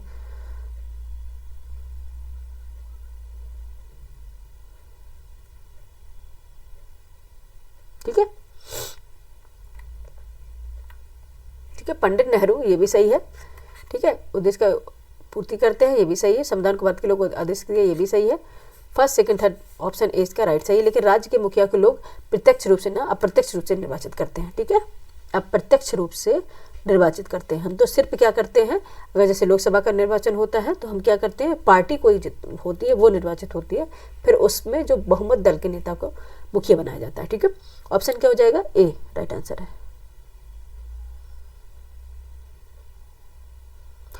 ठीक है, 1, 2, 3। नेक्स्ट चलेंगे क्वेश्चन नंबर 81।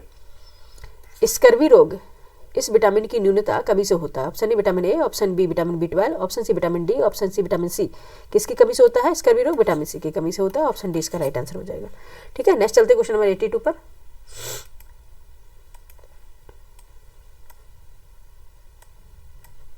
क्वेश्चन नंबर है 82।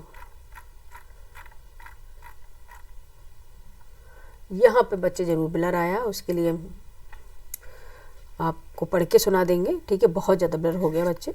मनुष्य में कितने जोड़ी कपाल तंत्र का पाई जाती है? ठीक है, हम पढ़ के सुना दे रहे हैं। मनुष्य में कितने जोड़ी कपाल तंत्र का पाई जाती है? एक बार और सुन लीजिए। मनुष्य में कितनी जोड़ी कपाल तंत्र का पाई जाती है? Option A 8, option B 12, option C 25, option D 31। बताइए कितनी जोड़ी पाई जाती है? 12।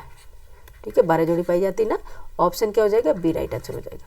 नेक्स्ट चलेंगे क्वेश्चन नंबर 83 है। मानव में गुर्दे, ठीक है, मानव में गुर्दे निम्नलिखित में से किस प्रणाली के अंग है? ठीक है, मानव में गुर्दे निम्नलिखित में से किस प्रणाली के अंग है? ऑप्शन ए है nutrition, option B transportation, option C excretion, ठीक है, ऑप्शन सी है एक्सक्रीशन, ऑप्शन डी है एक्सपिरेशन, एक्सपिरेशन। बताइए ठीक है, किसके अंग है? Excretion, excretion.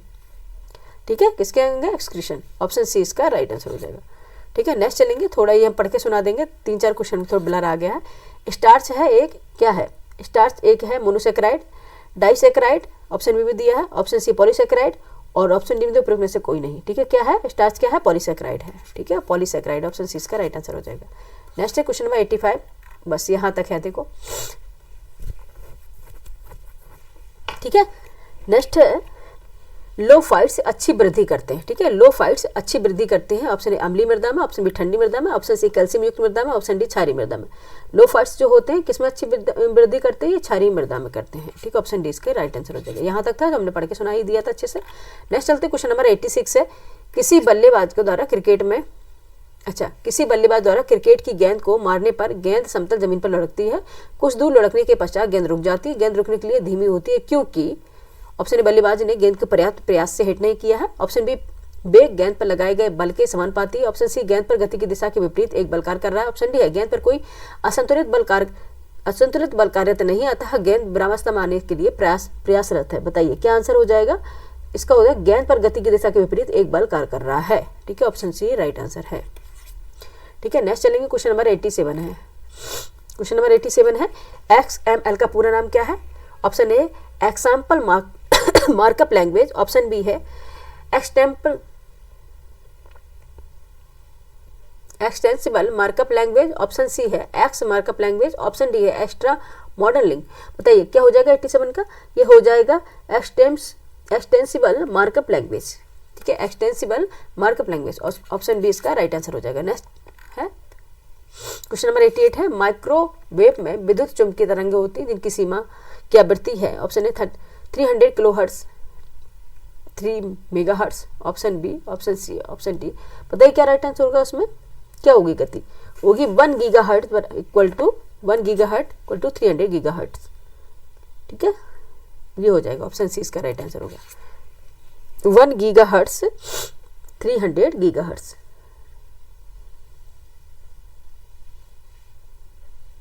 ठीक है, ये आवृत्ति होगी, इक्वल टू नहीं है। इनकी जो माइक्रोवेव में विद्युत चुंबकीय तरंगों की आकृति होती है 1 गीगाहर्ट्ज से लेकर 300 गीगाहर्ट्ज तक। ठीक है, ये होगी इनकी। नेक्स्ट चलेंगे क्वेश्चन नंबर 89, ब्लोफिश एक प्रकार है। ब्लोफिश एक प्रकार का है, क्या है? ए सममित encryption algorithm, option B hashing algorithm, option D है डिजिटल हस्ताक्षर एल्गोरिथम, ऑप्शन डी असममित एनक्रिप्शन एल्गोरिथम। बताओ क्या है? ब्लोफिश क्या है? सममित एनक्रिप्शन एल्गोरिथम है। ऑप्शन ए इसका राइट आंसर हो जाएगा। ठीक है, ऑप्शन ए इसका राइट आंसर हो जाएगा। नेक्स्ट चलेंगे क्वेश्चन नंबर 90, निम्नलिखित कथनों में से कौन से पादप और प्राणी कोशिकाओं के बीच सामान्य अंतर के बारे में सही है? ठीक है, बताइए कौन से सही हो जाएंगे? पादप कोशिकाओं में फर्स्ट है सेलुलोज कोशिकाएं भित्तियां होती, जबकि प्राणी कोशिकाओं में वे नहीं होती। सेकंड में पादप कोशिकाओं में प्लाज्मा झिल्ली नहीं होती, जबकि उसके विपरीत प्राणी कोशिकाओं में वे होती है। थर्ड है परिपक्व पादप कोशिकाओं में एक बृहत रसधानी होती है, जबकि प्राणी कोशिकाओं में अनेक छोटी रसधानियां होती है। नीचे का प्रकार सही उत्तर आपको चुनना, option A, option B, option C, option D में से आंसर बताइए क्या हो जाएगा। ठीक है, ये बिल्कुल सही है। पादप कोशिकाओं में सेलुलोज कोशिका भित्तियां होती हैं, जबकि प्राणी कोशिकाओं में वे नहीं पाई जाती हैं। और थर्ड है परिपक्व पादप कोशिकाओं में एक बृहत रसधानी होती है, और ये जो प्राणी कोशिका में अनेक छोटी रसधानियां होती है, लेकिन पादप कोशिका में प्लाज्मा झिल्ली नहीं होती, जबकि इसके विपरीत प्राणी कोशिका में होती है। ये गलत है। ठीक है, ये गलत है सेकंड वाला। तो आंसर आपको कौन से प्रयोग का सही कोड का प्रयोग का सही उत्तर आपको चुनना था, ऑप्शन था सी, फर्स्ट सही हो थर्ड सही हो, ऑप्शन सी इसका राइट आंसर हो जाएगा। नेक्स्ट चलेंगे क्वेश्चन नंबर कितना था बच्चे?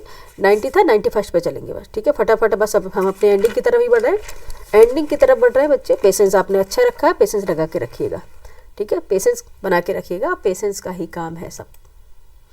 कई बार ऐसा लगता है, ये एग्जाम हॉल में भी कई बार आप लोगों के साथ भी हुआ, मेरे साथ भी हुआ है कि जब क्वेश्चन पेपर देखते हैं ना तो कई बार झल्लाहट आ जाती है, जो क्वेश्चन आउट ऑफ सिलेबस होते हैं। ठीक है, क्वेश्चन नंबर है 91, निम्नलिखित में से किसका या किन का मापन आंकलन करने के लिए उपग्रह चित्रों सुदूर संवेदनशील आंकड़ों का इस्तेमाल किया जाता है? ठीक है, बताइए। फर्स्ट है किसी विशेष स्थान की वनस्पति में पर्ण का अंश।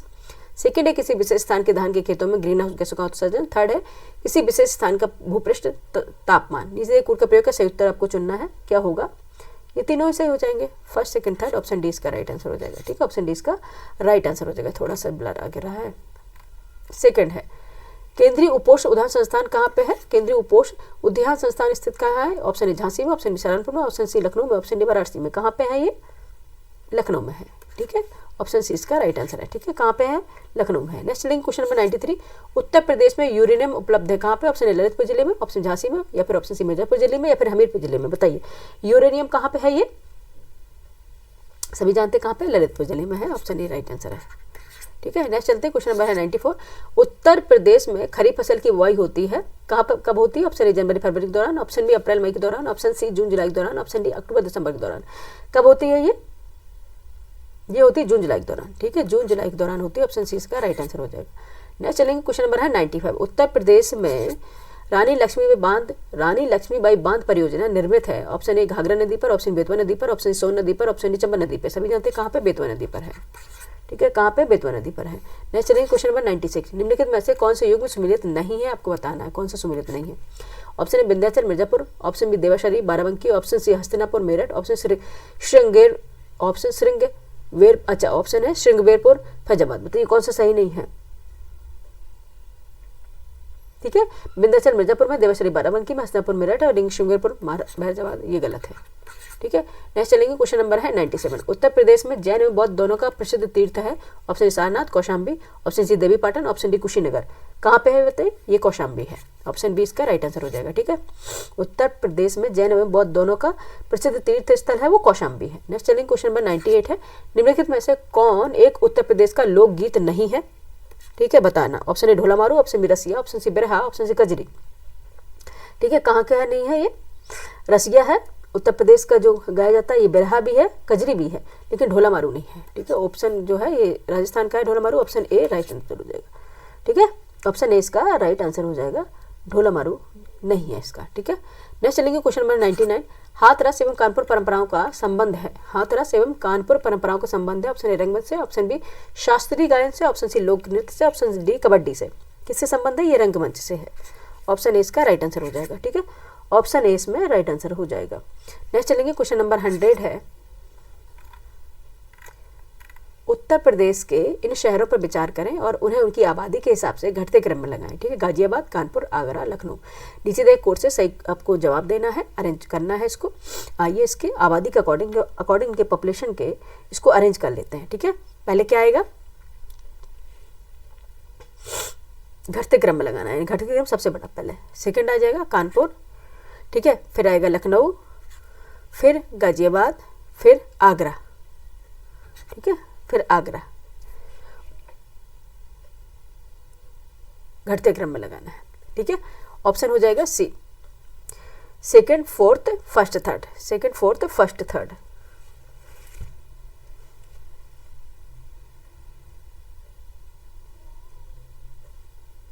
ठीक है, सही हो गया, आंसर क्या हो गया? सी राइट आंसर हो जाएगा, ऑप्शन सी इसका राइट आंसर हो जाएगा। नेक्स्ट चलेंगे, क्वेश्चन नंबर है 101। इनमें से किस मंदिर को विदर्भ का खजुराहो भी कहा जाता है? ऑप्शन ए है Markandeshwar, option B Kailash, option C Manudevi, option D Bhimashankar. किसको कहा जाता है? मार्कंडेश्वर को कहा जाता है, ऑप्शन ए इसका राइट आंसर हो जाएगा। नेक्स्ट चलेंगे क्वेश्चन नंबर 102 पर। क्वेश्चन नंबर है 102।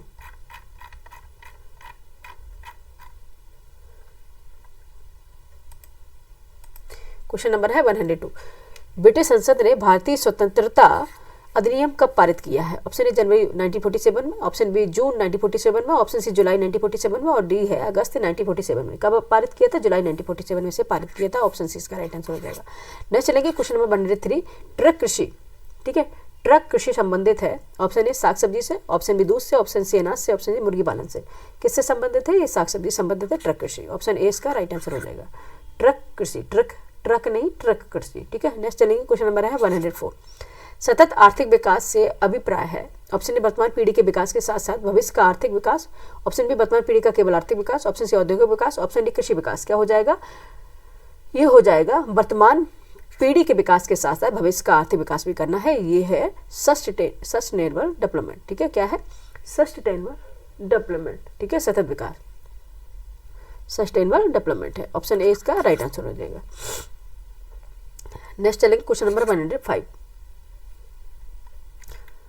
निम्नलिखित में से किसी अर्थव्यवस्था में मुद्रा गुणक में निम्नलिखित में से किससे किसी अर्थव्यवस्था में मुद्रा गुणक में वृद्धि होती है? ऑप्शन बैंकों में आरक्षित नकदी निधि अनुपात में वृद्धि, ऑप्शन बी बैंकों के सामुदायिक चल निधि अनुपात में वृद्धि, ऑप्शन सी लोगों की बैंकिंग आदतों में वृद्धि, ऑप्शन डी देश की जनसंख्या में वृद्धि। बताइए किससे होती है?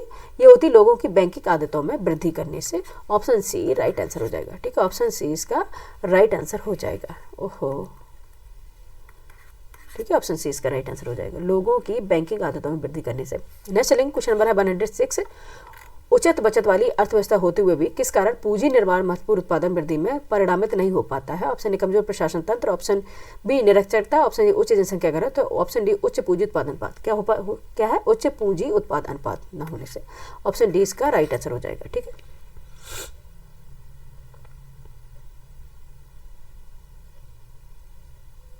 ठीक है। नेक्स्ट चलेंगे क्वेश्चन नंबर 107। किसी देश की कर्ज से जीडीपी के अनुपात में कमी क्या सूचित करती है? ठीक है, फर्स्ट आर्थिक वृद्धि दर धीमी होना, ऑप्शन सेकंड है राष्ट्रीय आय का कम साम्यक इक्विटेबल वितरण। निजी देय कूटों का प्रयोग कर सही उत्तर आपको चुनना है। क्या आंसर हो जाएगा? क्या हो जाएगा? कमी सूचित करती है, ये करती केवल आर्थिक वृद्धि दर धीमी होना। ऑप्शन ए इसका राइट आंसर हो जाएगा। ऑप्शन ए इसका राइट आंसर हो जाएगा। ठीक है, नेक्स्ट चलेंगे, क्वेश्चन नंबर है 108। पहला साइबर लॉ जो भारत में ई कॉमर्स के लिए कानूनी ढांचा प्रदान करता है। ऑप्शन ए सूचना प्रौद्योगिकी अधिनियम 1996, ऑप्शन बी है सूचना प्रौद्योगिकी अधिनियम 2000, ऑप्शन सी सूचना प्रौद्योगिकी अधिनियम 1998, ऑप्शन डी सूचना प्रौद्योगिकी अधिनियम 1990। बताइए कब आया था ये आया था सूचना प्रौद्योगिकी अधिनियम 2000। ऑप्शन बी इसका राइट आंसर हो जाएगा। ऑप्शन बी इसका राइट आंसर हो जाएगा। नेक्स्ट चलेंगे क्वेश्चन नंबर 109। निम्न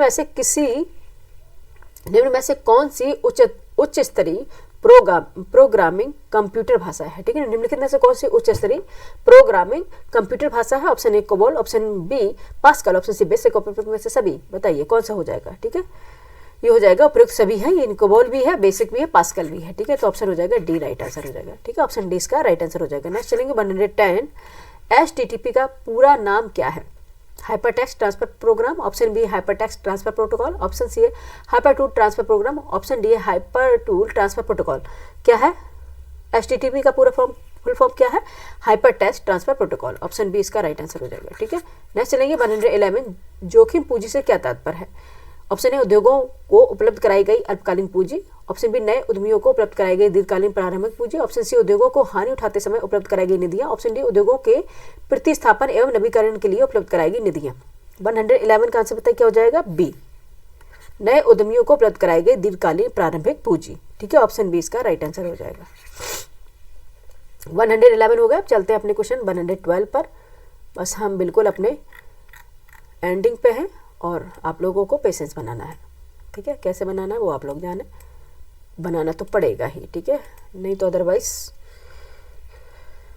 चलो कुछ बातें ना करते, पहले अपने क्वेश्चन सॉल्व कर देते हैं। हाल ही में भारत के किस इलाके में ओफियोरिजा, ठीक है, ओफियोरिजा इसिनाटा नाम की एक नई कॉफी प्लांट स्पीसीज खोजी गई है? ठीक है, हाल में भारत के किस इलाके में ओफियोरिजा इसिनाटा नामक की कौन सी कॉफी की प्लांट स्पीसीज खोजी गई है? ऑप्शन ए वेस्टर्न घाट में, ऑप्शन बी ईस्टर्न घाट में, ऑप्शन सी सुंदरबन में, ऑप्शन डी हिमालय में। कहाँ पे खोजी गई है आपको बताना है, फटाफट बताएं। ये खोजी गई वेस्टर्न घाट में। ऑप्शन ए इसका राइट आंसर है। ठीक है, नेक्स्ट चलेंगे question number 113। ICC women's cricket world cup 2025 के दौरान ICC और यूनिसेफ ने बच्चों के लिए समान मौकों को बढ़ावा देने के लिए जो कैंपेन शुरू किया है उसका नाम क्या है? Option A play for children, option B program to children, option C child safety and well being, option D है चैंपियन फॉर चिल्ड्रन। बताइए क्या आंसर हो जाएगा? आंसर है प्रोग्रामिंग टू चिल्ड्रन। ठीक है, कौन सा हो जाएगा? ठीक है, प्रोग्राम चिल्ड्रन नहीं, प्रॉमिस टू चिल्ड्रन। ठीक है, सॉरी, प्रॉमिस टू चिल्ड्रन हो जाएगा। ठीक है, प्ले फॉर चिल्ड्रन नहीं है, चाइल्ड सेफ्टी एंड वेलबींग नहीं है, चैंपियन फॉर चिल्ड्रन नहीं है, क्या है? Promise to children. Option B इसका राइट आंसर हो जाएगा। ठीक है, 113 का आंसर क्या हो जाएगा? Promise to children. Option C इसका राइट आंसर हो जाएगा। नेक्स्ट चलेंगे 114 पर। मॉडल यूनाइटेड नेशंस की तरह स्कूलों में ग्राम सभा बनाने के लिए केंद्र सरकार ने जो पहल शुरू की है उसका नाम क्या है? ऑप्शन ए यंग पंचायत सभा, ऑप्शन बी है मॉडल यूथ ग्राम सभा, ऑप्शन सी है स्टूडेंट गवर्नेंस सभा, ऑप्शन डी है स्कूल ग्राम सभा मिशन। बताइए क्या हो जाएगा? ये है मॉडल यूथ ग्राम सभा। ऑप्शन बी इसका राइट आंसर हो जाएगा। नेक्स्ट चलेंगे क्वेश्चन नंबर 115 पर है। किस संस्था ने 2025 में development of industries association DIA scheme शुरू की है? Option A reserve bank of India RBI, option B ministry of finance, option C national bank for agricultural and rural development NABARD, option D है small industry development bank of India SIDBI। बताइए किसने किया है? ये किया है small industry development bank of India SIDBI ने। Option D इसका राइट आंसर हो जाएगा। नेक्स्ट चलेंगे क्वेश्चन नंबर है 116 पर।